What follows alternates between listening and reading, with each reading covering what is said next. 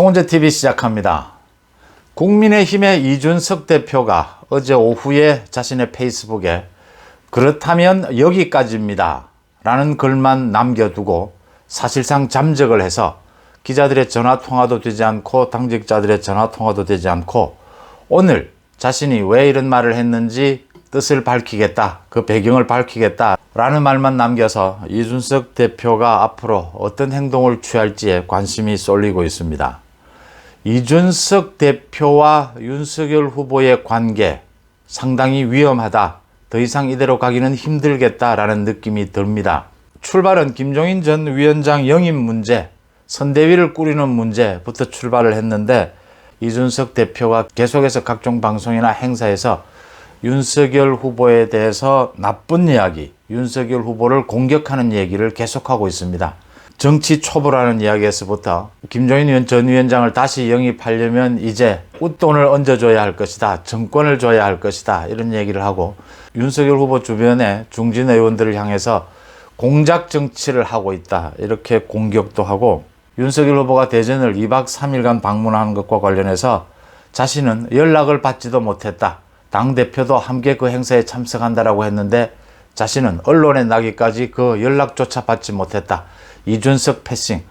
윤석열 후보 측과 이준석 대표 간의 갈등이 계속 정폭이 되다가 이제는 상당히 위험한 수위에까지 이르렀다. 이렇게 보입니다. 윤석열 후보가 김종인 위원장, 이준석 대표 이 문제를 여기에서 정리하고 넘어가야 하지 않겠느냐 하는 얘기가 많이 나오고 있습니다. 앞으로 100일이라는 시간이 남았으니까 확실하게 정리하고 가는 것이 맞다라는 주장도 있고 어떤 형태로든지 안고 가야 한다라는 주장도 있습니다. 이 양측 주장 사이에서 윤석열 후보가 결단을 내려야 하지 않겠느냐. 이제 한 달 가까이 선대위를 둘러싸고 일어나는 이 갈등이 한 달 가까이 계속되면서 피로감이 누적될 대로 누적되었다. 어제 대전을 방문한 윤석열 후보가 그 젊은 층 2030들과 대화하는 과정에서 킹메이커에게 왜 끌려다니느냐라는 질문에 윤석열 후보가 킹메이커는 국민들이고 여러분 2030이다 라고 하는 말을 하면서 김종인 위원장과의 관계 부분에 대해서 선명하게 자기 의사를 내비쳤습니다. 그 이후에 곧바로 이준석이 그렇다면 여기까지입니다 라는 글을 올린 걸로 봐서 김종인 위원장의 영입이 무산되었다. 그래서 이준석이 앞으로 자신이 어떻게 행동할 것인가에 대해서 이제 정리를 하겠다 라는 그런 뜻으로 비춰지고 있습니다. 오늘 아마 지켜보면 내용은 드러날 것으로 보입니다. 문제는 김종인 위원장과 이준석 대표의 여러 가지 요구들, 주장들이 굉장히 무리하다라고 하는 부분입니다. 지금 윤석열 후보가 대선을 100일 앞둔 시점에서 이 지지율도 이재명 후보에게 앞서고는 있지만 그렇게 호락호락한 상황은 아니다라고 하는 점입니다. 다시 지지율을 반등시킬 그런 계기를 잡아야 한다.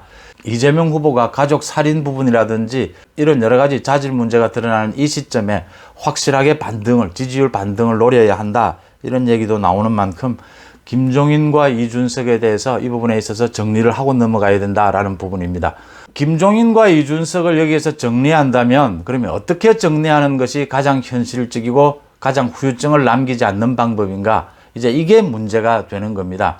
아직도 권성동 사무총장은 김종인 위원장과의 관계에 있어서 좀 특별한 방법을 쓰고 있다 이랬는데 그 특별한 방법이라는 것이 부인인 김건희 씨를 통해서 김종인 위원장의 부인과 인간적인 관계를 통해서 도움을 호소하는 이런 방법을 쓰고 있는 것으로 알려지고 있는데 그것도 부적절한 부분이다 이렇게 보입니다. 지금 선대위의 권한 문제를 놓고 정확하게 김종인 위원장이 불만을 터뜨리고 있는데 그걸 부인들의 인간적인 관계로 풀 수 있다라는 것도 좀 사실은 우스운 부분이고요. 그렇게 해서 풀린다면 지난 한 달 동안 그럼 뭐 때문에 갈등을 빚었느냐 얘기가 나올 수밖에 없는 대목이고 또 지금 민주당에서 공격하고 있는 부인인 김건희 씨는 왜 공개석상에 나타나지 않느냐라고 했는데 이런 일을 하고 있었다라는 것도 좀 부적절하고요. 문제는 김종인과 이준석 리스크의 핵심은 김종인과 이준석이 굉장히 부적절한 행동을 많이 한다라는 것입니다. 그 다음 두 번째, 이게 지금 선거라는 업무를 넣고 권한 분장, 단순히 이 부분이 아니고 권력 투쟁이 포함이 되어 있다. 이제는 권력 투쟁으로 완전히 변질되어 버렸다라고 하는 점입니다.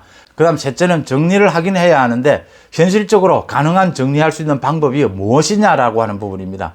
먼저 김종인 위원장과 관련해서는 윤석열 후보가 연대하지 않고 완전히 등을 돌리는 그런 식의 정리는 현명하지 못하다고 볼 수가 있습니다.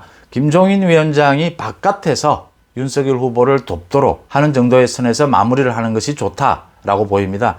그러니까 윤석열 후보는 김종인 위원장에게 총괄선대위원장으로서의 일정 부분의 권한은 주겠다라는 것인데, 김종인 위원장은 그래서는 안 된다, 거의 대부분의 권한을 달라라고 하는 이야기니까 이건 지금 타협점이 없어 보입니다. 윤석열 후보 자신이 지금 원톱이지 않습니까? 자신의 결정으로 지금 이번 선대를 치른다라는 것이고, 또 그것은 당연한 겁니다. 대선 후보가 모든 것을 결정하고 모든 책임을 지는 겁니다. 그렇다면 차제에 깔끔하게 정리를 하고 김종인 위원장은 바깥에서라도 윤석열 후보를 돕는 그런 형태의 모양으로 정리하는 것이 옳다, 이렇게 보이고요.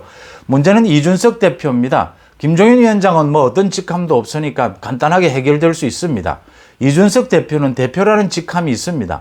그렇다면 여기까지입니다 라고 얘기한 것을 두고 당대표직을 사퇴하느냐, 아니면 선대위에 지금 홍보 미디어 본부장을 사퇴하느냐, 뭐 선대위와 관계되는 모든 선거 지원 업무를 하지 않겠다는 것이냐, 여러 가지 추측이 나오고 있는데, 현재 이준석 대표가 당대표직을 스스로 사퇴하기 전에는 이준석 대표를 사퇴를 시킬 만한 뾰족한 현실적인 수단은 없습니다. 모든 권한은 빼앗을 수 있지만 상징적인 당대표의 자리에서 쫓아낼 수 있는 현실적인 방안은 없습니다. 당원 소환을 할 수 있다고 하지만 그 소환 절차가 워낙 까다롭고, 이 선거 국면에서 당대표를 소환하는 그 작업이 적절하냐라는 문제도 부닥칠 수가 있습니다.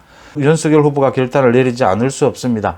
공개적으로 당대표의 모든 권한을 대선 후보에게 넘기겠다라고 선언하는 것도 방법일 수가 있고, 선대위 업무, 현재 홍보 미디어 업무도 중단시키는 것도 방법일 수 있고, 또 공개적으로 대외적으로 방송에 나가서 위험한 수위의 발언, 해당 행위를 할 때는 철저하게 징계하겠다라는 걸 밝히는 것도 한 방법이고요. 정치적으로 이준석 대표를 일정 부분 달래가면서 이준석 대표의 그 홍보 미디어 업무, 본부장 업무만은 충실하게 하는 그런 정도의 타협점을 찾는 것, 그런 정치력도 기대해 볼 수 있다, 이렇게 전망이 됩니다. 송은재TV 마칩니다. 고맙습니다.